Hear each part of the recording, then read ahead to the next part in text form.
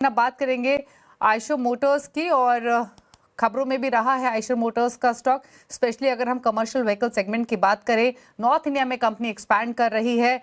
पिछले मंथ के अगर हम सेल्स के आंकड़े देखें तो वो भी इंप्रेसिव रहे थे और मार्केट शेयर पर भी फोकस हमारा रहेगा यहाँ से। और इम्पॉर्टेंट रहेगा कि किस तरीके के एक्सपोर्ट्स ट्रेंड देखने को मिल रहे हैं, कितना प्रेशर कमोडिटी का, करेंसी का देखने को मिल रहा है, मार्जिन्स पर आउटलुक क्या है, हर पैरामीटर पर बातचीत करेंगे। विनोद अग्रवाल हमारे साथ बने हुए हैं। विनोद जी नमस्कार, स्वागत है आपका। तो सबसे पहले तो जो लेटेस्ट खबर है उसी के साथ शुरुआत कर लेते हैं और आपके एग्जैक्टली प्लान्स को समझने की कोशिश करते हैं। नॉर्थ इंडिया में आप एक्सपैंड कर रहे हैं, फरीदाबाद में आपने डीलरशिप ओपन की है, एग्जैक्टली क्या प्लान्स है एक्सपेंशन को लेकर अगर नॉर्थ इंडियन मार्केट की बात करें? देखिए, हमारा जो चैनल नेटवर्क है वो हम ऑल ओवर इंडिया एक्सपैंड कर रहे हैं, नॉट ओनली नॉर्थ इंडिया।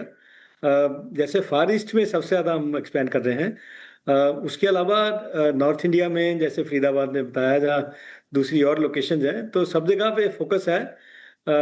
जहाँ जहाँ पे हमारा नेटवर्क नहीं है, जहाँ सर्विस सेंटर्स कम हैं, तो वहाँ हम ऐड कर रहे हैं। क्योंकि अगर आप देखते हैं तो जैसे जैसे सेल बढ़ती रहती है तो सर्विस की रिक्वायरमेंट बढ़ती जा रही है। और अभी आजकल जो ट्रक बन रहे हैं उसमें इलेक्ट्रॉनिक्स और उसमें हाई एंड टेक्नोलॉजी लगी हुई है। तो उस टेक्नोलॉजी के लिए जो गाड़ियों की सर्विस के लिए सर्विस सेंटर्स पे ही या वर्कशॉप्स में ही आना पड़ता है। तो इसलिए सबसे ज़्यादा अभी रिक्वायरमेंट है ज़्यादा से ज़्यादा और वर्कशॉप्स खोलने की, और उसी को मद्देनजर रखते हुए हम और वर्कशॉप्स खोल रहे हैं। ओके अच्छा, अगर हम अब सेगमेंट्स की बात करें तो किस तरीके के ट्रेंड्स आपने ऑब्जर्व किए हैं पिछले कुछ महीनों में? अगर हम मीडियम ड्यूटी, हैवी ड्यूटी या बसेस सेगमेंट को कंपेयर करें, मार्केट शेयर में किस तरीके की पोजीशनिंग आपकी रही है?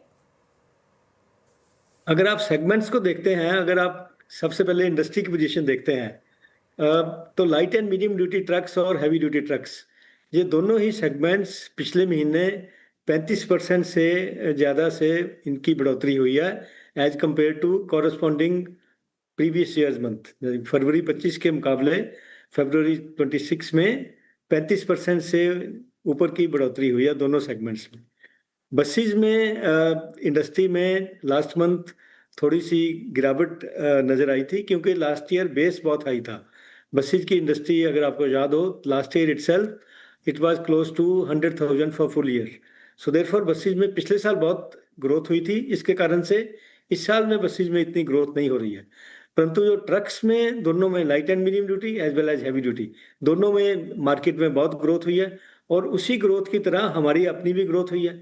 हमारे अगर मार्केट शेयर्स देखते हैं तो हमारे light and medium duty trucks में हमारा मार्केट शेयर अभी 35% के लगभग रहता है, और हैवी ड्यूटी ट्रक्स में हमारा मार्केट शेयर 10% के आसपास रहता है, बहुत आइशर और वोल्वो ट्रक्स दोनों मिला के। तो हमारी मार्केट शेयर्स में अच्छा ग्रोथ हो रहा है और हमारे नंबर्स बढ़ रहे हैं, और we are one of the strong players in the commercial vehicle industry. Okay अच्छा, अब जैसे वेस्ट एशिया में जिस तरीके से विरोध जी हमने वॉर जैसे हालात बनते हुए देखे हैं, एज अ इंडस्ट्री रिप्रेजेंटेटिव या फिर हम as a for specifically for Eicher Motors के पॉइंट ऑफ व्यू से बात करें तो क्या डिस्ट्रप्शंस आपने ऑब्जर्व किए हैं? कई ब्रोकरेज हाउसेस ने कंसर्न जाहिर किए हैं सप्लाई डिस्ट्रप्शंस को लेकर। एग्जैक्टली किस तरीके का सिनेरियो आपने फेस किया? देखिए, सबसे ज़्यादा इम्पैक्ट इसका गैस के ऊपर आया है। जो पीएनजी गैस है, जो कि हीट ट्रीटमेंट में या पेंट शॉप्स में यूज होती है, तो उसके कारण से कॉस्ट बढ़ गई है बहुत ज़्यादा। अवेलेबिलिटी भी है और कॉस्ट भी है। फॉर एग्जांपल, अभी हम जैसे गेल से अगर लेते हैं गैस से, तो गैस अभी जो नोटिफिकेशन है उसके मुताबिक 65% गैस हमें नॉर्मल रेट पे मिल रही है। बाकी 35% गैस हमें स्पॉट रेट्स में खरीदनी पड़ रही है, जिसकी कीमत जो है 2.5 से 3 गुना ज़्यादा है as compare to the normal rates. तो उसके कारण से एक तो अवेलेबिलिटी में कंस्ट्रेंट है, दूसरा प्राइस बहुत बढ़ गई है। ये सिचुएशन नॉट ओनली हम फेस कर रहे हैं, बाकी हमारी पूरी सप्लाई चेन में भी ये सिचुएशन जो है वो फेस हो रही है। तो इसके कारण से बहुत बड़ा एक कंस्ट्रेंट नज़र आ रहा है। दूसरा जो इम्पैक्ट आया है, जितने भी कंटेनर मूवमेंट थे, अभी हमारे, अगर आप पोर्ट्स देखते हैं तो वेस्टर्न पोर्ट्स में 20% के करीब कंटेनर मूवमेंट में जो शिप डॉकिंग होते थे उसमें 20% के करीब ड्रॉप हुआ है, डिक्लाइन हुआ है। और उसके अलावा जो दूसरे पोर्ट्स हैं जैसे चेन्नई है या ईस्टर्न साइड में है, उनमें भी ड्रॉप है पर उनमें बहुत कम ड्रॉप है। तो उसके कारण से, ड्रॉप के कारण से जो इम्पैक्ट आता है, जैसे कंटेनर का मूवमेंट हो गया या हमारे जो एक्सपोर्ट्स के अगर कुछ उसमें मर्चेंडाइज मिडिल ईस्ट जाता था तो उसका मूवमेंट बहुत कम हो गया। अगर किसी आइटम्स की प्राइस बढ़ गई है, कॉस्ट बढ़ गई है, तो उसमें उसकी डिमांड पे थोड़ा इम्पैक्ट आ रहा है। तो इसका जो चेन इम्पैक्ट है, इसके कारण से इम्पैक्ट आना शुरू हुआ है। ओके। अच्छा, जैसे आपने बताया विनोद जी की कॉस्ट डेफिनेटली बढ़ी है।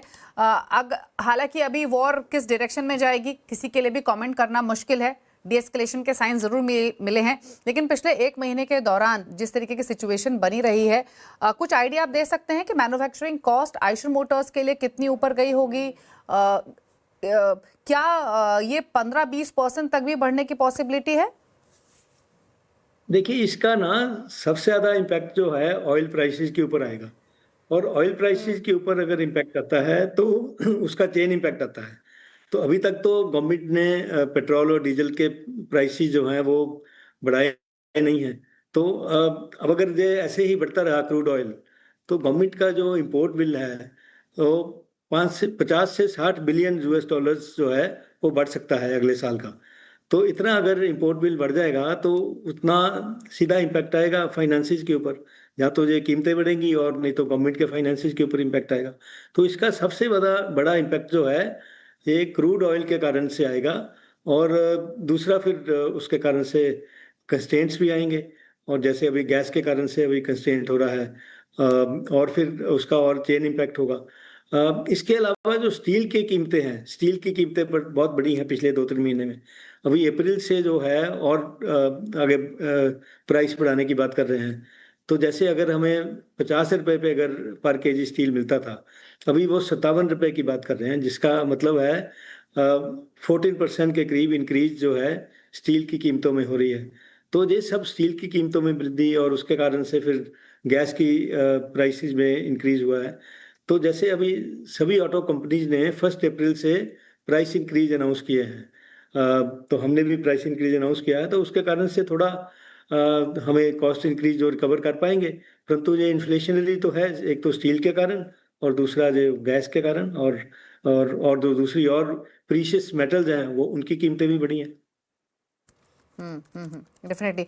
अच्छा, फिर ऐसे में विनोद जी जो प्राइस हाइक आपने किया है, डेफिनेटली ज्यादातर ऑटो कंपनीज 1 अप्रैल से दाम बढ़ा चुकी हैं, और ये तो वॉर से पहले ही डिसाइड हो गया था क्योंकि कमोडिटी कॉस्ट की जो कीमतें हैं वो काफी ऊपर जा चुकी थी। उसके बाद वॉर जैसे हालात ये शुरू हुए हैं। जो आपने इंक्रीज किया है, if I am not wrong, up to 3% है। वेरी कर रहा है ये प्रोडक्ट टू प्रोडक्ट, बट क्या ये कुशनिंग आपको दे रहा है कंसीडरिंग जो भी इम्पैक्ट कॉस्ट पर सो फार देखने को मिला है वॉर की वजह से?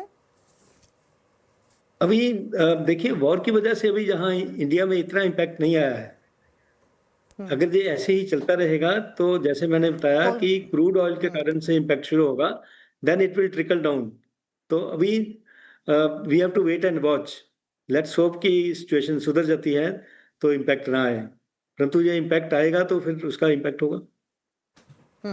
सर, एक सवाल और वॉर से जुड़ा हुआ, और वो ये, क्योंकि ये सारा कुछ Q4 में हो रहा है, तो क्या प्रिपेयर रहना चाहिए कि Q4 के जो नंबर्स होंगे वो इम्पैक्टेड रह सकते हैं, स्पेशली मार्जिन फ्रंट पर, एबिटा फ्रंट पर? आई थिंक मार्च में इसका कोई खास इम्पैक्ट नहीं आएगा, क्योंकि मार्च में ऑलरेडी इन्वेंट्री पाइपलाइन थी और मार्च की डिमांड तो अभी अच्छी ही चल रही है। अभी इंडिया में इकॉनमी अच्छी चल रही है और डिमांड पूरी बरकरार है। डिमांड में अभी मार्च में कोई इम्पैक्ट नज़र नहीं आ रहा है। तो लेट्स सी कि अगर अगले महीने से कैसे होता है, वॉर का अभी कैसे डिसाइड होता है। तो we have to wait and watch, we are keeping our fingers crossed. Okay. अच्छा सर, अब डिमांड सिनेरियो पर आ जाते हैं। हमने Q3 के नंबर्स देखे थे, काफी अच्छे रहे थे आइशर मोटर्स के, लेकिन आगे के लिए आउटलुक क्या है डिमांड पॉइंट ऑफ व्यू से? आगे के लिए जैसे मैंने बताया, मार्च में तो इम्पैक्ट नहीं है, तो ये तो इस साल में तो पूरी इंडस्ट्री अच्छी ही चलेगी। जैसे आप वाईटीडी फरवरी के नंबर मैंने बताए थे, मंथ के तो बताए थे मैंने। अगर वाईटीडी नंबर भी देखते हैं कि पूरे 11 महीने के हैवी ड्यूटी ट्रक्स में 12% की ग्रोथ है, light and medium duty trucks में 18% की ग्रोथ है, बसेज में भी 3% की ग्रोथ है। हाई बेस था उसमें, फॉर द मंथ तो ड्रॉप था, पर वाईटीडी में तो अभी भी थोड़ी मार्जिनल ग्रोथ है। एक्सपोर्ट्स में वाईटीडी में अभी भी 18% या 20% की ग्रोथ है। तो अभी तो ग्रोथ चल रही है और मार्च में इम्पैक्ट नहीं आया है। तो ये पूरा साल जो है ये कमर्शियल व्हीकल इंडस्ट्री के लिए ओवरऑल ग्रोथ ईयर ही होगा। और लगता है कि इस साल हम एक नया पीक को टच करेंगे। पहले हमारा 2018-19 पीक था, तो अभी इस साल जो है उम्मीद है कि पूरा साल अच्छा ग्रोथ आएगा और पूरी इंडस्ट्री एक नए पीक के ऊपर होगी। परंतु अगले साल क्या होता है वो अभी देखना पड़ेगा कि ये वॉर का इम्पैक्ट क्या आता है। ओके अच्छा, इसके अलावा अगर हम कमर्शियल व्हीकल सेगमेंट की इन पर्टिकुलर कैपेसिटी यूटिलाइजेशन को समझें तो वो किस तरीके की है फिलहाल? अभी तो कैपेसिटी यूटिलाइजेशन पूरा 90% 100% के करीब चल रहा है। ओके और कुछ प्लान आगे कैपेसिटी इंक्रीज करने के या कैपेसिटी एक्सपेंशन केपेक्स की क्या एग्जैक्टली यहाँ से स्ट्रैटेजी रहेगी?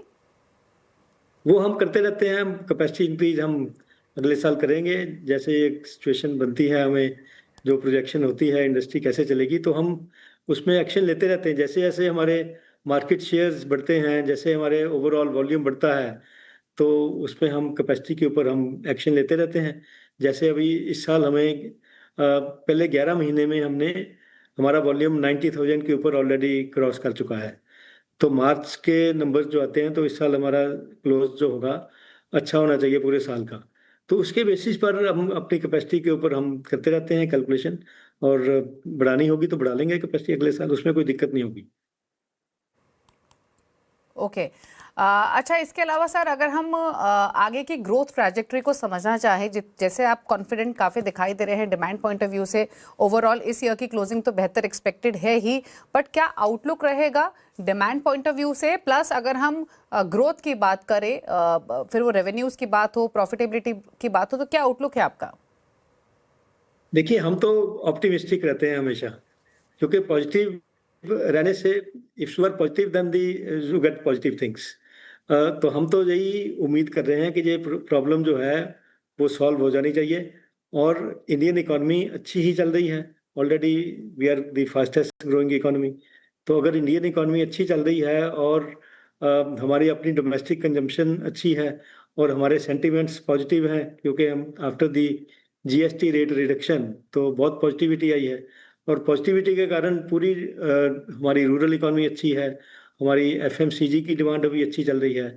अभी consumer durables like air conditioners है, उनकी डिमांड अच्छी चल रही है। ऑटो सेक्टर में डिमांड अच्छी चल रही है, 2 व्हीलर्स की, 3 व्हीलर्स की, पैसेंजर कार्स की। तो इसलिए अभी तो पॉजिटिव अगर देखते हैं तो अगले साल ग्रोथ होना चाहिए नॉर्मल कोर्स में। अब देखते हैं कि वॉर के कारण से क्या इम्पैक्ट आता है। अभी डी एस्केलेशन की जो खबरें आ रही हैं, तो वो अच्छी न्यूज़ है। लेट्स होप कि प्रॉब्लम सॉल्व हो जाए और आगे से शांति हो जाए। अच्छा विनोद जी, एक और सवाल आपसे, और वो रहेगा जो वोल्वो ने कुछ महीने पहले इन्वेस्टमेंट की अनाउंसमेंट की थी नए ऑटोमेटेड मैनुअल ट्रांसमिशन पर, जो प्लांट आप लेकर आ रहे हैं उज्जैन में, क्या अपडेट है वहां पर, क्या प्रोग्रेस है? वहाँ कंस्ट्रक्शन चल रहा है बहुत जोर शोर से, और हमारा अक्टूबर 27 का हमने जो टारगेट दिया था, उस वहाँ से अक्टूबर 27 से प्रोडक्शन शुरू हो जाएगी। चलिए, शुक्रिया विनोद जी आने के लिए शो में, और हर पर्सपेक्टिव से आपने अपने व्यूज़ यहाँ शेयर किए। इंडस्ट्री पॉइंट ऑफ व्यू से भी, आयशर मोटर्स के लिए भी आपने बताया Volvo Eicher commercial vehicle segment कैसा परफॉर्म यहाँ से आगे करते हुए दिख सकता है। ऑल द बेस्ट आपको, और डेफिनेटली हम भी ये एंटिसिपेट कर रहे हैं, विश कर रहे हैं कि जल्द ये वॉर खत्म हो और क्लैरिटी सभी को मिले। तो ये बात हुई आयशर मोटर्स की, और इस समय अगर स्टॉक